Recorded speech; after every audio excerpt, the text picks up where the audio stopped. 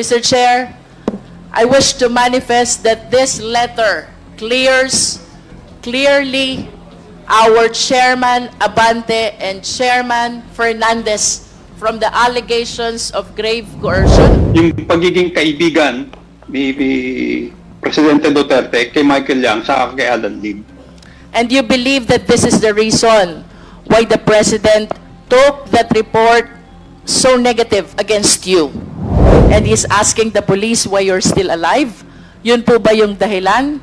Dahil dinisclose nyo na may close relationship ang Presidente kay Michael Yang.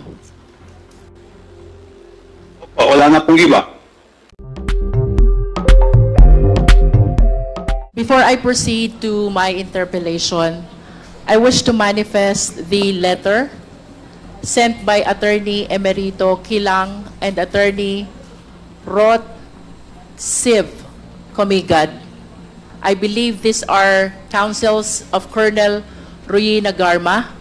I share the sentiment of the Quadcom for its integrity being casted with doubt because of the testimony of Colonel Grijaldo during the Senate investigation that our chairman, particularly Chairman Abante and Chairman Fernandez, coerced and harassed him.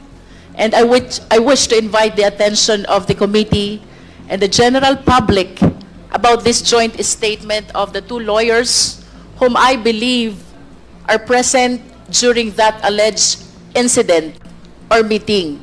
If I may quote, Mr. Chair, the two lawyers state in this joint statement, we would like to shed light on the nature of the interactions we observed.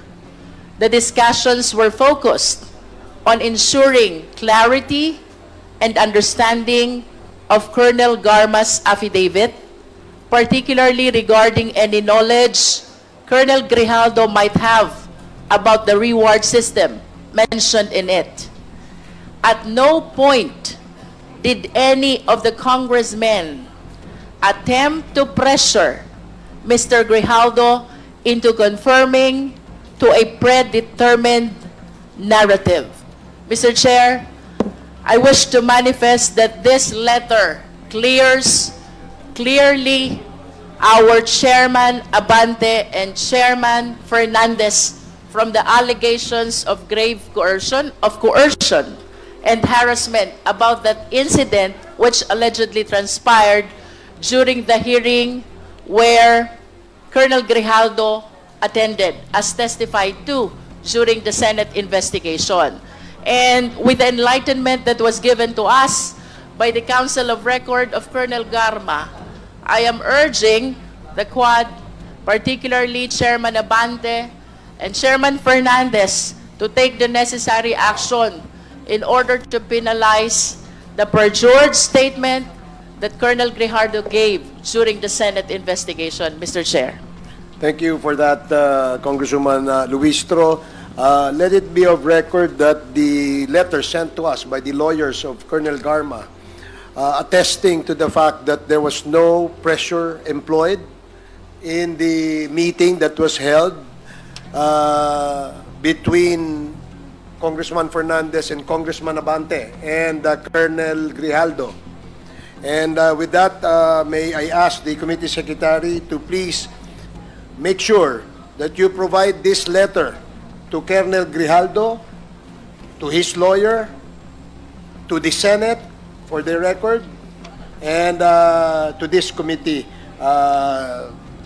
committee secretary. Thank you, Congresswoman Luis. May I request likewise, Mr. Chair, that the letter of the lawyers be shared to the media in order to clean the name and the integrity of the Quad, most especially our two chairmen from the allegations, baseless allegations that were casted by Colonel Grijaldo about the alleged coercion and harassment committed by our chairman.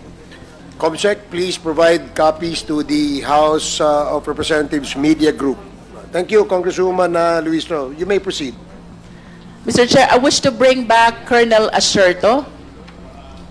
Colonel Asherto. Yes, ma'am. Present po. Colonel, can we have your monitor, your video? Meron na po. Technical group, please.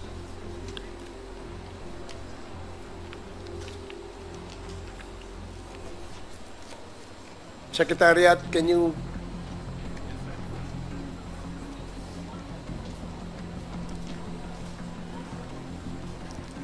Colonel, kanina po you were asked by the Honorable Flores, what really are the contents of your investigation report? I want to bring back this question because I do not understand why the former president has to reach that point that he made a pronouncement through the publication, which includes Malacanang offers 10 million for capture of Eduardo Asierto.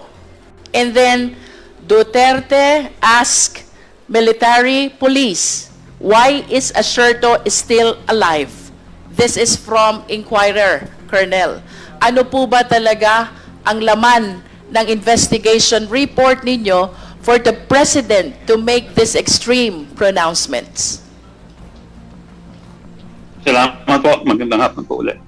Ang una pong report na ibinigay ko na natanggap ni Chief PNP Bato de la Rosa ay ang title po is Special Report Johnson Chua Drug Trafficking Syndicate.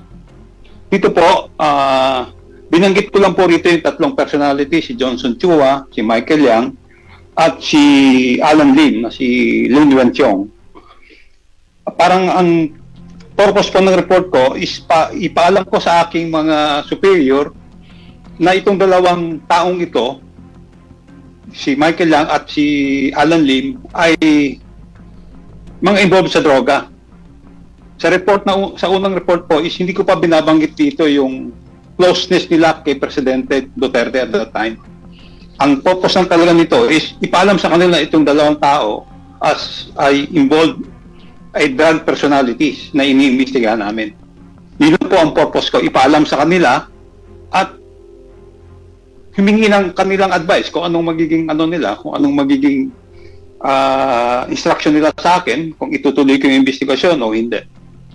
Yun po yung pinaka-basic ng purpose ng report ko. Kaya lang po, hindi po pinansin. So, nagbigay po ako uli ng report kay Chief PNP Oscar Albayalde. Ang nakalagay naman ng title report doon is is Michael Yang and Alan Lim, person of interest in illegal drugs. Dito po is nabanggit ko na po rito na lagi po sila nakikitang kasama si Presidente Duterte. Ito na po yung pinaka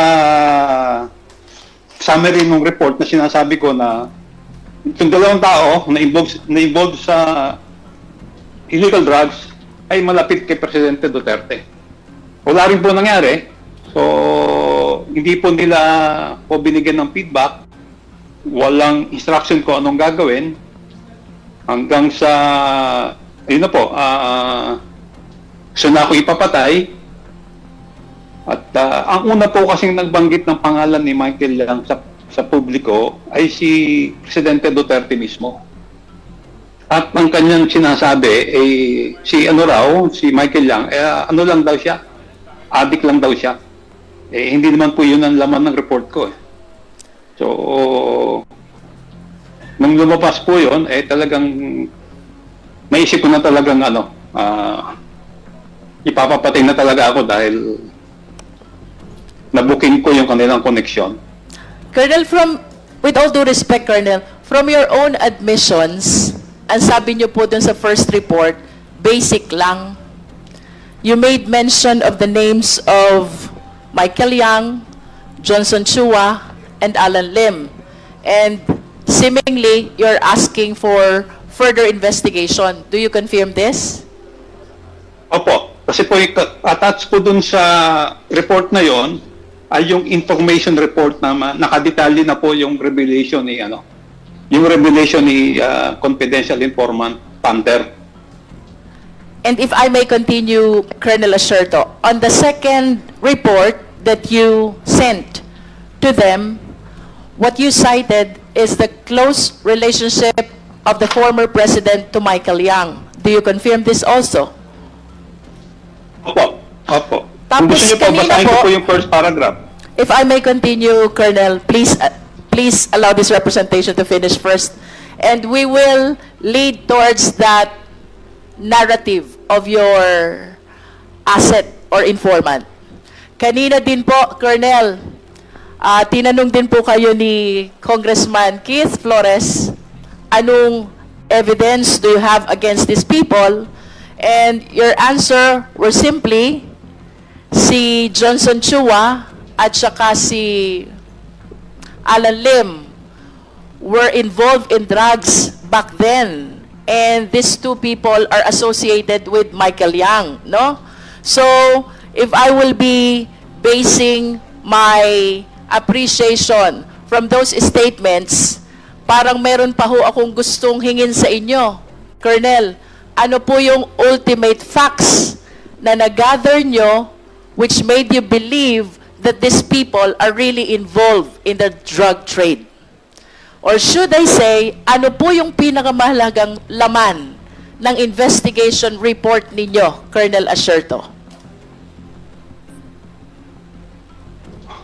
Ang pinaka-importante po siguro ng laman ng report ko is yung closeness, yung pagiging kaibigan ni Presidente Duterte kay Michael Yang sa kay Alan Lim.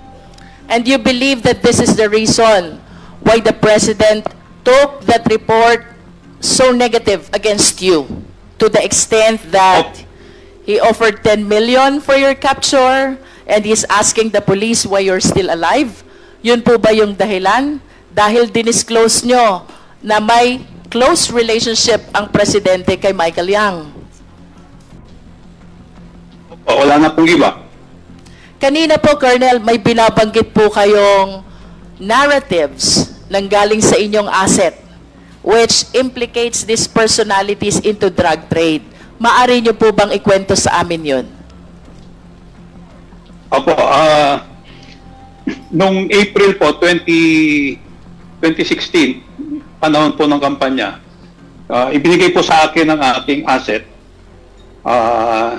yung impormasyon tungkol kay Michael Yang at ipinakita niya yung picture na nasa loob sila ng eroplano, magkatabi si Michael Yang tsaka si then Mayor Duterte at si Bongo na nasa likod.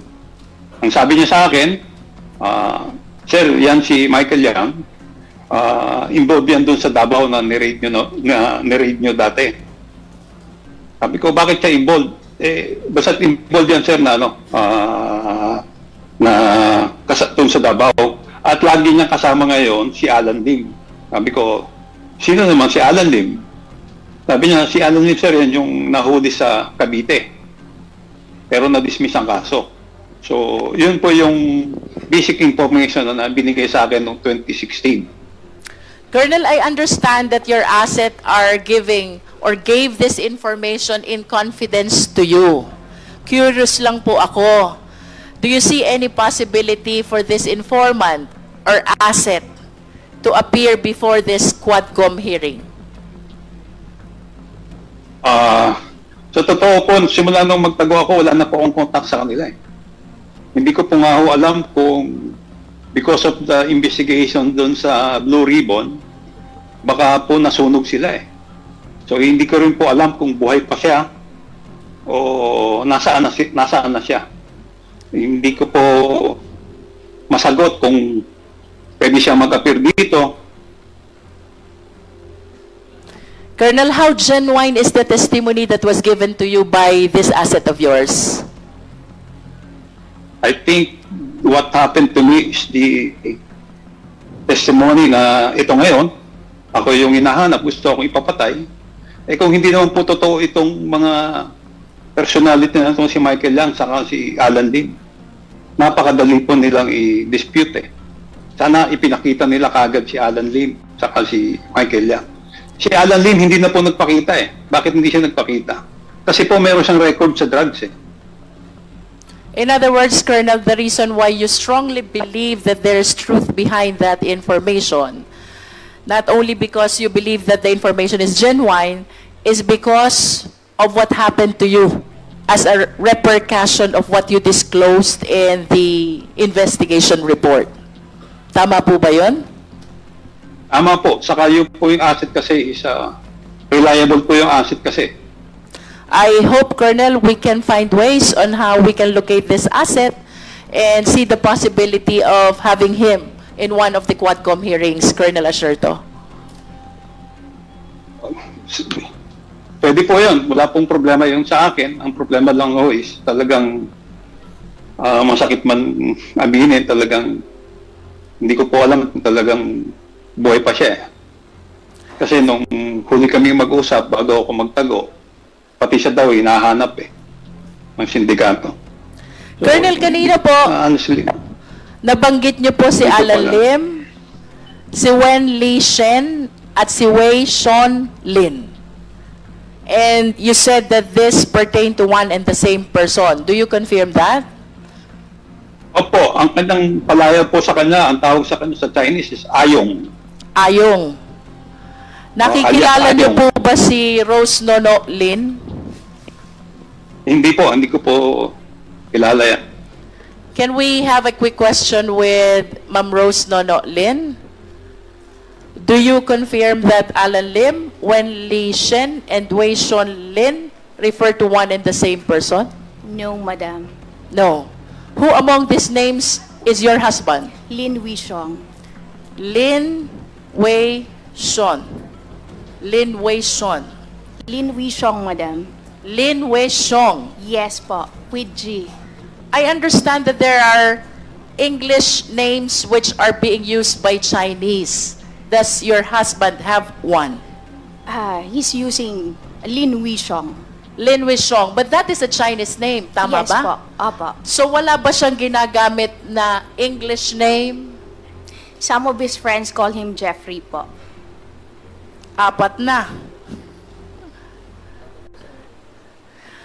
In the face of the testimony of Colonel Asherto that Alan Lim, Wen Li Shen, and Lin Wei Sean refer to one and the same person, what evidence can you offer to us to counter this testimony of Colonel Asherto? I have my marriage contract that stated my only husband is Lin Wishong.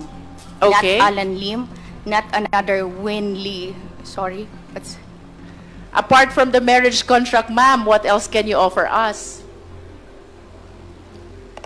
I only have our marriage contract with me here.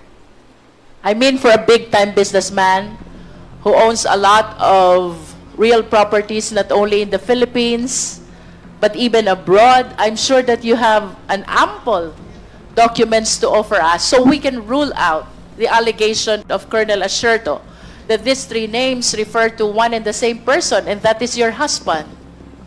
Maybe I can, if it is okay, the ECR card of my husband. ACR? Yes. And also, if possible, passport that my husband is Lin Wishong. May we know how many passports does your husband have? Only one. Is it a Philippine passport or a Chinese passport? Chinese passport po. Chinese passport. So, in no case did he obtain any Philippine passport? No po. What other documents, ma'am? We have here your marriage contract, the ACR, the Chinese passport. Maybe we can include also the birth certificate of your children. Yes po. How about the business permit? Business permit, our companies po kasi is, ang mga business po namin is under the company's name. Yes, can you please mention to us what business names are you using for your business operations? Yeah, we have XRL. XRL, Yes po. We have Pile, na nandun po yung pangalan niya. Pile, Yes po, Pile Estate and Pile Holdings. Pile Estate and Pile Holdings. And then, Yan lang po yung may mga pangalan po siya na as I remember right now po. Mr. Chair, Pero I I'll check. respectfully move that we request the submission of these documents from Ms. Rose Nonolin, the marriage contract, the ACR, the Chinese passport, the birth certificate of the children, and may I include the financial statement of XRL and the Pile Estate and the Pile Holdings, along with the articles of incorporation, ma'am? Madam, it's okay po ba na makahingi po ng list ng mga hinihingi nyo sa akin para wala po akong makaligtaan? Mr. Chair, we will be requesting the COMSEC to provide her the list of the documents that we will be requesting from Ms. Rose Nonolin. Comsec, please provide the list to Ms. Lin.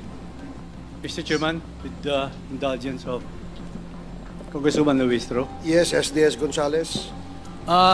Mr. Chairman, Ma'am Rose Nonolin, can we invite your husband para sa hearing na to? At kayo po ang magdala ng imbitasyon niya. Pwede niyo po isama rito yung husband niyo? Mr. Chairman, right now po, out of the country po siya. Alam po namin yon, sinabi mo sa akin kanina. Nasa Hong Kong siya. Yes, Pero Mr. kung Chair. i-invite po namin, kayo ang mag-hand carry ng imbitasyon at asawa niyo po yan, siguro po pwede niyong isama dito sa hearing yung husband niyo para once and for all, matanong po natin siya. Mr. Chair, pwede ko po dalhin yung invitation. But I can't promise po na sasama po siya sa akin para po sa pagdinig dito. Bakit po? Ay, hindi ko pa po alam kung ano yung maging desisyon niya, Mr. Chair. Palagay ko po kung may imbitasyon naman po itong Quadcom na to, palagay ko naman po pupunta. Kasi para once and for all malaman natin. Or, baka po kayo, Madam Rose Nonolin, hindi nyo alam kung ano pangalan ng husband nyo. Mr. Chair, Lin Wishong po ang pangalan ng husband ko. Ano po? Lin Wishong. Kaya nga, sa alam nyo, baka yun ang pangalan. Pero sa pagsasama nyo, ilang taon? Ilang years na po kayo magkasama? Almost 15 years. Almost 15 years. So almost 15 years, hindi nyo po alam talaga ang pangalan ng asawa nyo. Ang alam ko po na pangalan ng asawa ko, Mr. Chair, Lin Wishong po. Anyway, Mr. Chairman, we will just invite the husband of Madam Rose Nonolin. Ay, invited na ba? Yes, he was invited previously, and I think for today's committee hearing, he was also invited. Ipapadala natin sa kanya. We will be acting on that invitation later when before the committee adjourns this committee hearing, Your Honor. Mr. Chair, So, please proceed. I wish to further request Ms. Rose Nonolin that with respect to the Chinese passport, if this is similar to a Philippine passport, she submit not only the information page, but also the thumb mark page and the signature page, Mr. Chair. Mr. Chair, if Ms. Rose Nonolin is generous enough to provide information, may we hear from her as well? Ano po ba ang mga business establishments nyo abroad? Mr. Chair, kung okay lang po ba na yung mga businesses namin abroad, hindi, o pwede ko ibigay sa inyo through writing? Can you please at least cite the names of your business establishments abroad? Mayroon po kaming taxi company sa Hong Kong. May we know the name? It's Plus Elegance po. Plus Elegance. What else, ma'am? Mr. Chair, it's okay lang po ba na yung mga businesses abroad po namin na hindi naman po konektado po sa pagdinig na ito? Hindi na po. I understand, Ms. Rose. However, we're trying to help you rule out the allegation of Colonel Asherto that these three names pertain to one and the same person. And I'm sure that you will be happiest to prove na hindi nga siya itong Alan Lim at itong Wen Le Shen. Tama po ba? Madam Chair, magsasubmit naman po ako ng mga hiningin po ninyong documents. Pero ang hinihingi ko lang po sana yung mga properties namin abroad at businesses, hayaan na po natin po doon. Yes, For I our understand. protection na rin po. We are only trying to establish the identity because it is very hard to investigate on a certain person with three names, and we have here Colonel Asherto who's strongly testifying that this pertained to one and the same person, and that refers to your husband. So I think you should take advantage of this opportunity, Ms. Rose, to offer all these documents, to offer all this information so we can rule out the allegation of Colonel Asierto? Madam, ang sabi naman po ni Colonel Asierto, if may I po, ang sabi niya po simula 2016, hindi na po nagpakita a certain Alan Lim. Ang asawa ko po nandito, kaaalis niya lang po last May. So ibig sabihin po nun, kung hindi nagpapakita a certain Alan Lim, ang asawa ko po nagpapakita. So ibig sabihin po nun, hindi siya si Alan Lim. But to be able to further prove that allegation of yours, I think the documents will be of big help to rule out this allegation of Colonel Asierto. Meanwhile, may I go back to Colonel Asierto, Mr. Chair? Colonel Asierto, Opo, ma'am. what proof do you have Okay. that Alan Lim, Wen Li Shen, and Wei Sean Lin refer to one and the same person? I remember during the hearing of dangerous drugs, that is prior to Quad, you even shared some slides of passports. If you still have Meron po. these documents, Meron po, meron pa rin po akong kopya ng kanyang passport na ini-issue noong 2011 po yata yun. so can you please enlighten us, Colonel Asierto, what proof do we have? Yung passport niya po na nakakuha po ako ng kopya ng passport niya, Philippine passport Ini-issue po ba ng- ito o Chinese passport? Chinese passport po. Chinese Ini-issue passport. nung March 14, 2011, ini-issue dito sa Maynila. Ang expiry niya is 13 March 2021. 2021. Opo, ang passport number is Gold 47972221. Colonel, I remember we flash it in the screen. You share it before, during the hearing of the dangerous drugs. Pwede po ba ulit nating ma-share yun sa committee so we can share it with Ms. Rose Nono Lin? Hindi ko po alam po paano i-share sa inyo. Baka meron pong kopya yung secretariat po. Well, the Secretariat will just get in touch with you, Colonel Asierto. Aside from the Chinese passport, what other proof do you have which lead to your conclusion that these three names pertain to one and the same person? Ang pinaka-basis ko po is yung information ng anong asset, saka itong nakuwang mga dokumento, yung mga pictures, at hindi naman po ako gagawa ng kasinungalingan na report na maglalagay sa akin sa alanganin na pati po ang mga kasamahan ko na damay. Colonel, So ako po ay sigurado. yun pong Sigurado po Chinese- akong 100%. Yun pong Chinese passport na binanggit nyo, does it bear the picture of Alan Lim? Opo, may picture po siya. And if you compare it with the pictures that were flashed po kanina in the screen, Secretariat, can you please assist Colonel Asierto?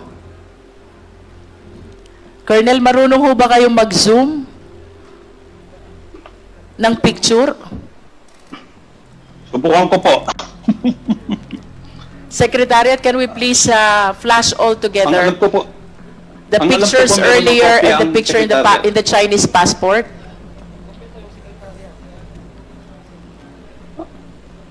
ang alam ko po na ipasa ko na po yata ito eh. Okay. So, Secretariat, I hope we can there. So, this is the Chinese passport bearing the picture of, what is the name written in the passport, Colonel? Lin Wenqiong. Lin Wei Song. This is your husband, Opo. Ma'am Rose. This is your husband?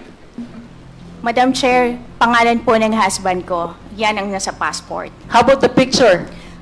Pwede po pa-flash ulit, and then pwede pa-zoom po. Kindly flash the passport again. Paki-zoom daw po.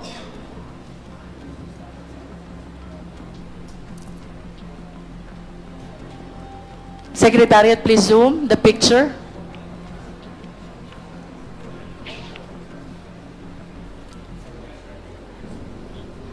Yes, Mr. Chair. Siya po. So you confirm that this is your husband. Yes, Mr. Chair. Can we flash the other documents which Colonel Asherto has shared with us already? Colonel, ito ho bang passport na ito ho ba'y may signature at may thumb mark ni Lin Wei Xiong? Does it bear Wala the po eh. signature and the thumb mark? Picture lang po. But I think, Mr. Chair, we can request for a copy of the complete essential pages of the passport with the embassy, if that will be possible. We will write to the embassy to be able to access these records. And it is important, Mr. Chair, that we include that page which bears the signature and the thumb mark of the bearer of the passport. Comsec, please take note. Do we have other documents pertaining to Alan Lim, Secretariat, which we can flash and share? So we can ask Ms. Rose Nono if she's willing to confirm that the same is her husband.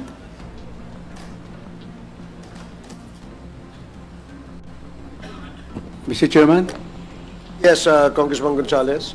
May tanong lang po ako kay Rose Donolim. Ma'am, noong November 1st, kasama niyo si Alan Lim. Sabi niyo po kanina, tama po ba? Kasama ko po si Lin Wishong. Kaya nga po, Alan Lim or that person, meron po ba kayong dalang picture niya ngayon para may compare natin dito? Noong November po na pumunta po ako doon, wala po kaming picture. Kung wala Pero may kang mga pictures po ako na kasama siya.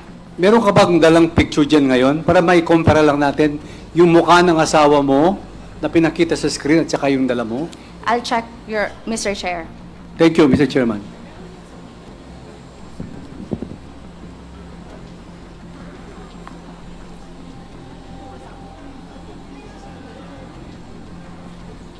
Mr. Chair, I believe that there are pictures with the Secretariat. Can we flash them one by one? And we will be asking Ms. Rose Nonolin if she will confirm whether the same is her husband.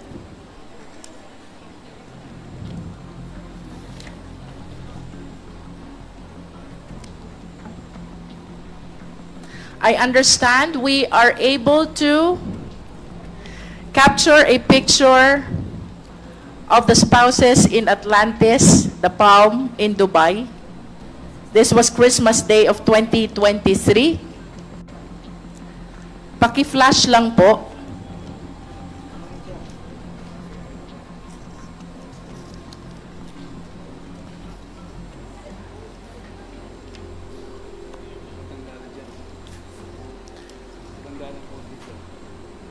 Miss Rose Nonolin, the picture on the right,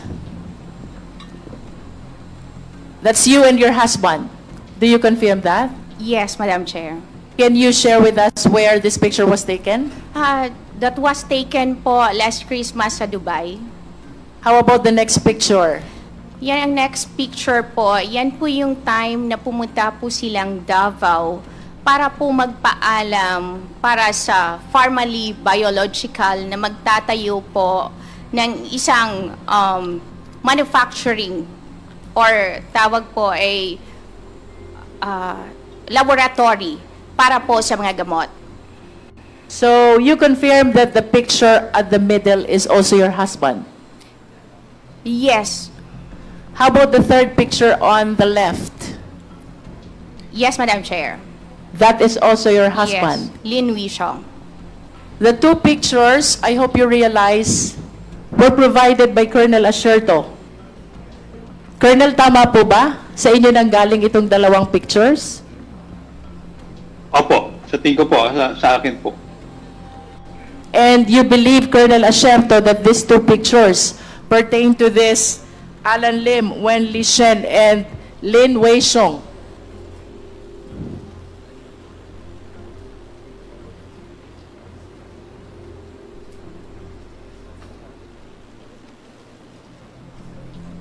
Madam Chair, gusto ko lang po i-clarify na yung mga pictures na po yon ay nanggaling at available po yan publicly sa website ng company before.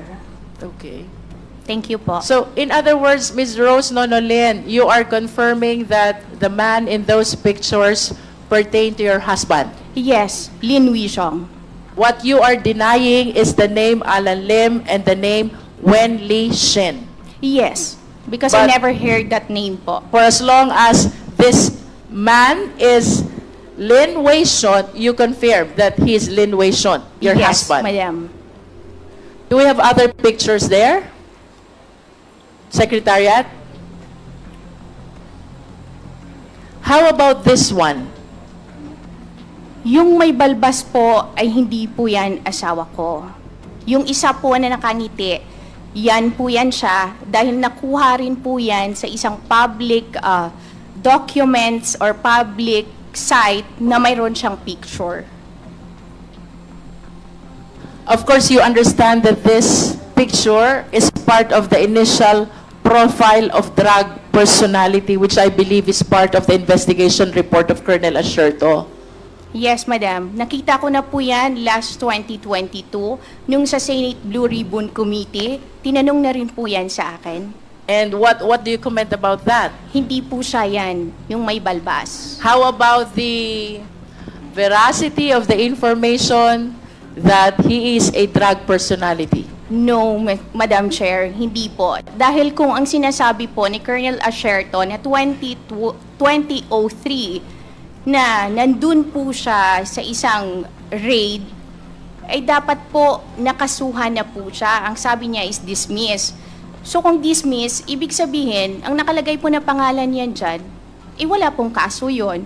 Which raid are you referring to, ma'am? Mayroon po siyang sinabi kanina na 2003 sa Cavite.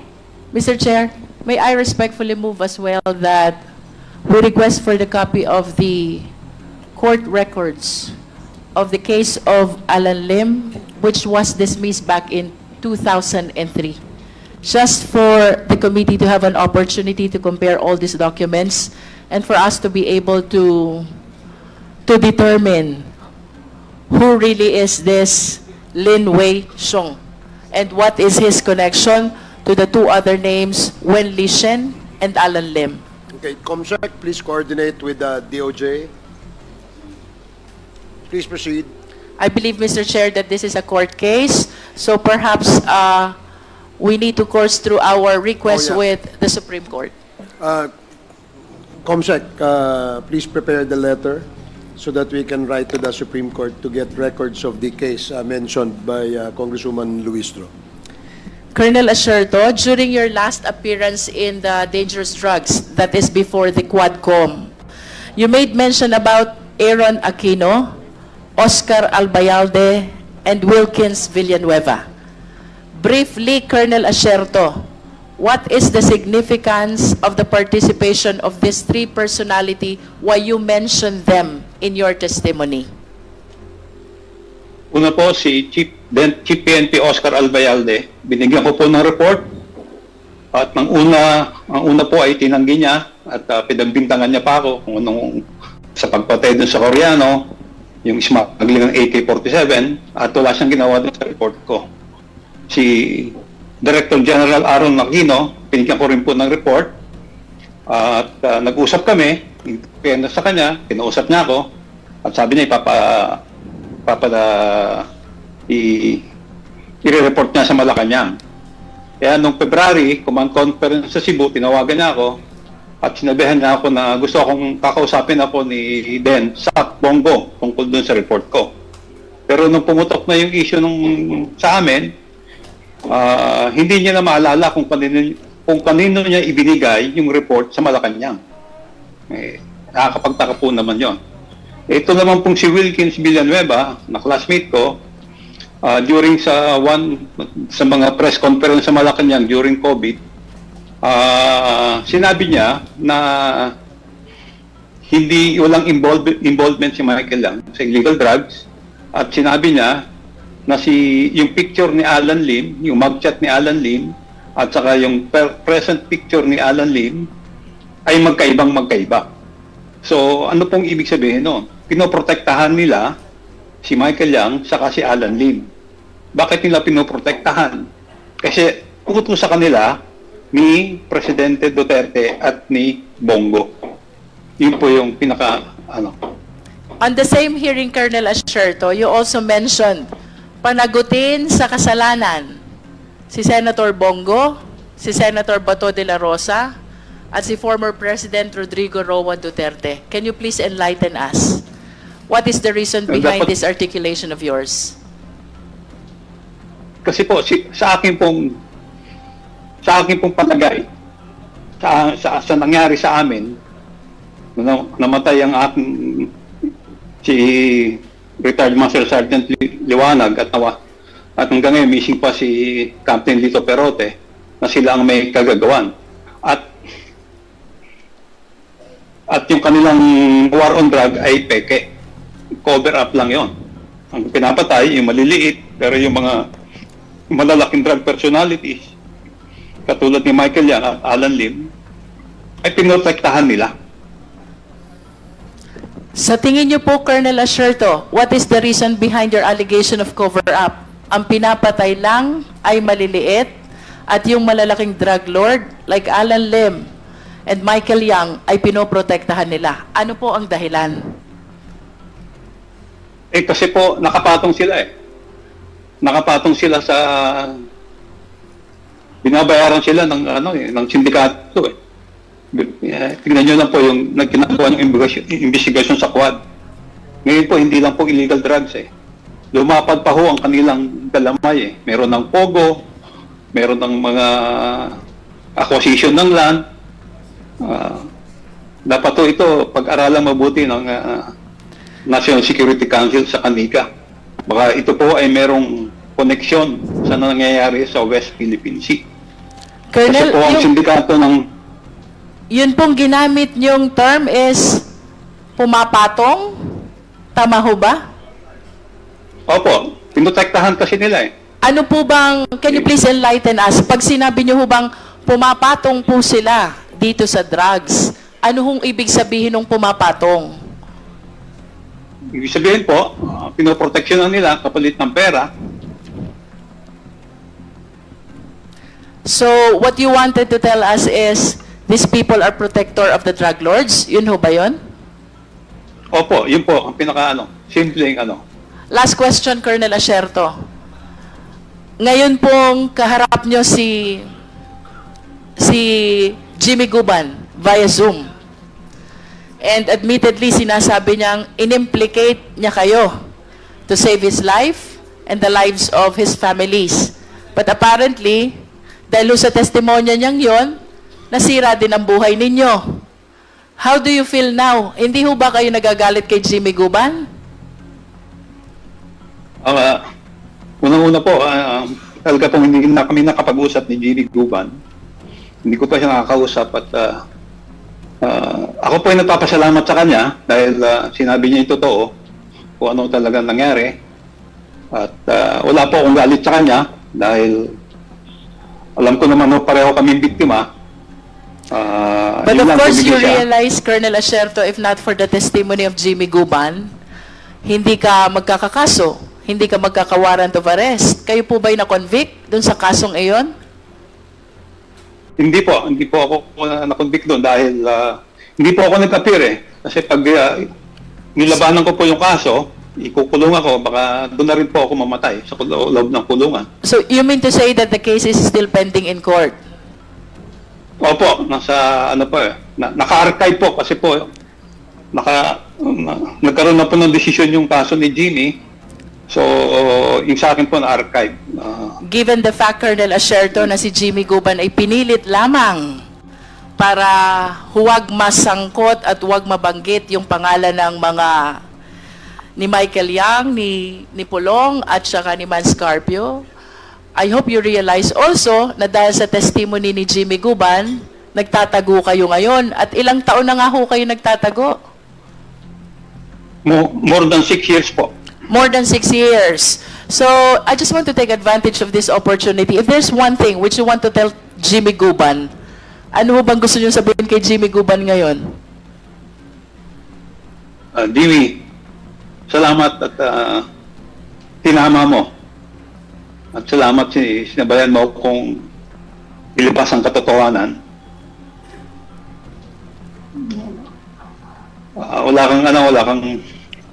Wala akong galit sa'yo. Siguro tampo lang. Pero wala na yon. Sana gawin natin ito para kay Paddy na kaibigan natin, kay Lito, saka kay Jerry. Sabi ko nga sa iyo noon tayo nagtrabaho lang tayo. Kaso ang nabangga natin napakataas. Presidente ng Pilipinas. Colonel, pwede nyo ba i-share sa amin, sino ho ba yung mga kaibigang binanggit nyo na sinasabi nyong naapektuhan? Si Director Pajardo po ng PIDEA na namatay sa ibang bansa noong 2023, si retired Captain Lito Perote na dinukot po sa Metro Inn, Bacolod, hanggang ngayon po nawawala, hindi pa nakikita. At si retired Master Sergeant Jerry Liwanag na binaril at namatay po sa Bulacan. Bago ho ba itong mga kasong kinasasangkutan nyo ngayon, gaano ho ba kayo kalapit, kayong 5 na personalidad na nabanggit ninyo? And can you please enlighten us? Ano ho bang klaseng samahan mayroon kayong 5 na ngayon ay wala na yung 3 at kayong 2 na lang ni Jimmy Guban ang naririto? Si Jimmy po ay siya po ang counterpart ko sa custom. Siya po, pag meron po akong trabaho sa custom na involve ang custom, siya po ang nakakausap ko. Sa kanya pa ako nagtitiwala pag custom issues. Sila Director Pajardo, si Lito Perote at si Jerry Liwanag ay matagal ko pong kasama sa PAOK pa po, magkakasama na kami, pero talagang nagsama kami dito sa HOT. Nag-start ng 2003. So, para po silang pamilya sa akin Kung wala po, kung baga ho ba yung accomplishment ko is hindi ko po magagawa kung wala sila. Ilang Wala taon si ho ba Paddy, kayong wala si Lito. Ilang taon ho ba kayo magkakasama sa trabaho? Itong mga nabanggit yung personalidad. Since 2003 po. 2003 until? Until 2018 po nang mangyari itong mga 2003 until 2018. At kayo pong lahat ang trabaho ay tungkol sa investigation on drug operation. Tama po ba yun? Opo. Tama po.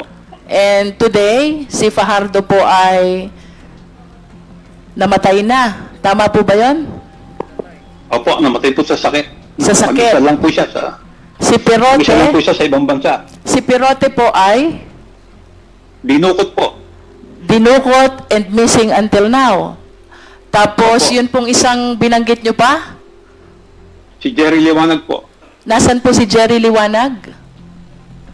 Patay na po. Binaril po ng 2 tao. Pinatay din. At si Jimmy Guban, convicted. At kayo po, charged of a capital offense as well. Opo, nagtatago. This is really very challenging on the part of you 5, no? Na dati kayo magkakasama sa trabaho at mukhang lahat hindi maganda ang naging pinatunguhan ninyo. But anyway, Mr. Chair, I want to proceed to Jimmy Guban. Few questions only. There are allegations, Mr. Guban, that there are different schemes in the Bureau of Customs on how to facilitate the release of contraband, illegal containers. Yes, Your Honor. Can you please enlighten us on that? Your Honor, about the importation, meron pong regular importation at saka para po sa madaling salita, ang BOC po ay merong RMO, Risk Management Office. At meron din pong selectivity, may green lane, 3 po yun. So, doon po ay makikita nyo yung mga trabaho na multinational ay nasa green lane.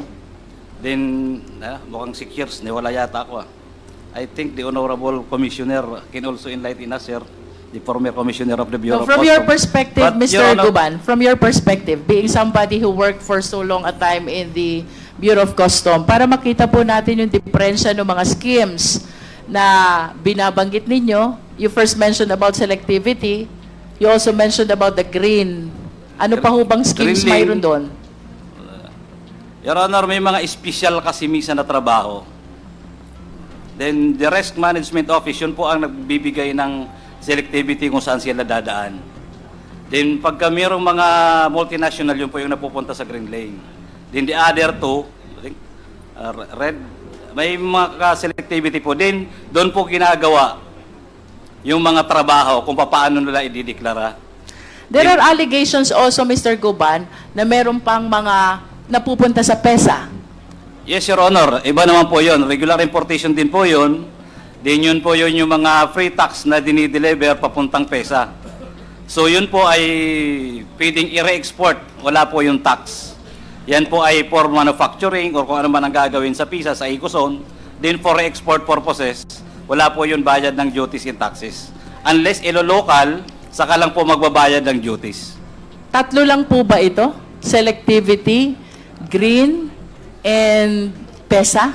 No, Your Honor, mayroon pa pong banded warehouse. Banded warehouse. There are allegations also that there's such a thing as TARA system. Your Honor, that is already yung paano matipid kung mga duties and taxes na binabayad sa Bureau of Customs. Pwede niyo po ba kaming ma-enlighten? How does this scheme work? Umpisahan po natin doon sa selectivity. Your Honor, dyan po nagtatransact yung importer, binibigay sa broker o representative, din doon naman may magtatransact sa BOC employees kung ano ang i-declare nila na imported materials o ano nasa laman, din tinitipid nila ang pagbayad ng duties and taxes para magkaroon ng tarang konti. Pinapalabas yan overtime. So yun po yung TARA system. Pag sinabi niyo pong selectivity, ibig sabihin hindi po i-declare lahat. Hindi po, naililipat po yung imbis na dapat doon sa red, napupunta sa grain, multinational. So, nagiging iba na ngayon, ang proseso niyan, mabilis. Sometimes yung iba, mga wala ng duties and taxes dahil papuntang PESA, papuntang banded warehouse.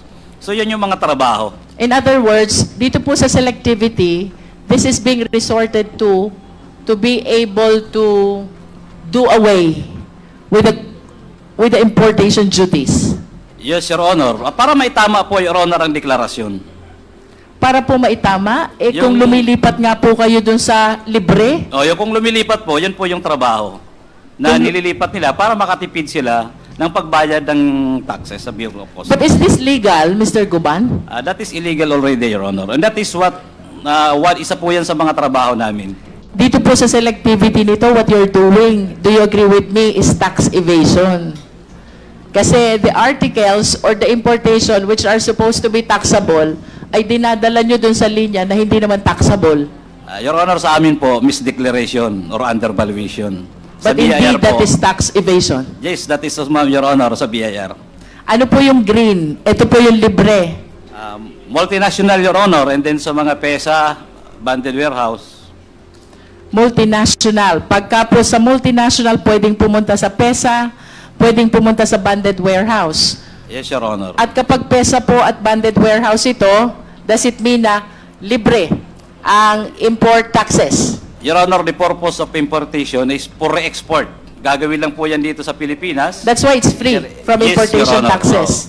Now, pagka yan po ay nag-local market sila, magbabayad po sa Bureau of Customs. How about the red? Pag red po, Your Honor, yan yung nare-red tag. Your Honor, medyo hindi ko pa ma-memorize kung tama yung red, ha?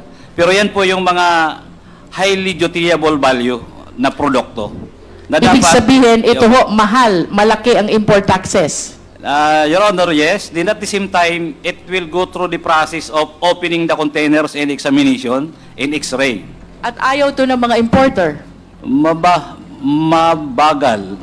Kaya sila ay nag-i-extra kung pwede mailipat sa ibang selectivity. So in other words, what the importers are trying to do is to avoid this red lane Yes, Your Honor, possible. and resort to selectivity so they can bring all their containers to those lanes which imposes no importation taxes. Yes, Your Honor. Then mabilis. There are times na isang araw lang lumalabas yan. And of course, that is illegal, Mr. Guban. That's correct, Your Honor. That is illegal. Yes, Your Honor. How about this TARA system? Ano pong connection ng TARA system dun sa selectivity? Yun, Honor, ang natitipid, yun naman ang binibigay na overtime sa mga empleyado. I see. So, if from the selectivity lane, ang isang mataas dapat ang import taxes ay nadala dun sa libre, E di, ang laki po nun, Your Honor. yung Na natipid, matitipid. saan ho mapupunta yung natipid? Depende na po yun sa grupo kung ibibigay lahat sa empleyado or kasosyo na nila doon ang facilitator, broker. Kindly wrap up, Congresswoman Jinky. If you are willing to share this information, ano ho ba inclusive period na nangyayari itong sistemang ito? Your Honor, I would like to honest this Quadcom because this is the most trusted committee now, so far, Your Honor. For my 17 years or almost 27 years in intelligence, Your Honor, that is already a common practice. That is why drugs come and go in the customs. If that can be not exactly totally eliminated, if that can be strictly implemented, Your Honors, I'm sure aangat po ang Pilipinas at gagandang ekonomiya. Your Honor, for example, bakit ang daming ukay-ukay? Bawal. Pero sa market po napakarami. In fact, that is because of that. Dahil po yan dyan, lumulusot, bawal, ban, totally ban. Then pati po yung drug sumasabay. Kaya pag nagtrabaho ka ng tama sa customs, matatapon ka or malilipat ka kung saan-saan. Kaya karamihan na lang ng empleyado sumasabay. Because yan na po ang sinasabi laging tradisyonal, na which is bawal at dapat po tuli na po. Alang-alang po sa bayan. For my last question, Mr. Guban. Last, Mr. Chair. Paano ho ginagamit itong different schemes na to para ma-facilitate yung release ng dangerous drugs? Please walk us through. Your Honor, lahat po yan may sabuatan. Kaya minsan mahirap hanapin dahil kung merong top secret ang NICA, ang intelligence offices, mas top secret sa customs, Your Honor. Mas uso ang sabing tawag doon ay bukulan. Pag hindi mo yan nalaman, because 2-3 lang minsan na nakakaalam, pindot lang sa computer, lumalabas. As it is, again, Your Honor, marami pong nawawalang, the Honorable Chairman, marami pong nawawalang containers na until now. Doon sa una ko pong statement, ay nawawala. Again, hindi po ako galit sa mga Duterte. Kaya lang sila lahat ang nagpa-facilitate nag-i-influence yan, nagpo-protekta. Ilang containers po ang nawawala sa Port of Manila alone during the time ni Collector Austria. Hanggang ngayon walang napapailahan ng economic sabotage or what? Libre. Sa Taguluan Port, napakalaki po dyan, ang operator ng Freeport niyan. Ilan pong dumadaan yan ang intelligence report, ini-import, dadalhin doon, after doon ibabalik. Ang tawag po dyan sa Mindanao International Container Terminal, MICT, din may Freeport po dyan. I was given emission twice, pamunta dyan. Pati yung oil, ang smuggling, hindi po matigil-tigil dahil ang lalaki ng mga operator. At syempre, natutuwa ang mga empleyado ng customs, hanggat may nagpoprotekta, may tumatawag, natitipin nila, mas malaki ang kita nila. Lalo na po pagka walang tax at ipapasok sa Pilipinas. So kanino ba pupunta yung duties na dapat para mapunta sa gobyerno? Ba pupunta sa empleyado ng customs? Your Honor, I'm sharing this so that po ma-enlighten at mabuhay na po ng tama at tunay ang ating mga government agencies. Thank you po, Your Honor, Mr. Chairman. Mr. Chair, one last. Last What do you know about question. Mark Taguba? Mark Taguba, Your Honor, is son of our former co-employees. Siya po ay facilitator. Your Honor, directly, biktima si Mark Taguba at saka si Tatad. Sa shipment na alam, nakalibre ang kolektor, si Maronilla. I'm sorry, Your Honor, the Honorable Commissioner is here. But I'm telling the truth. Sino ba ang may alam ng kargamento ng droga na nagpasalitate walang alam at pumirma?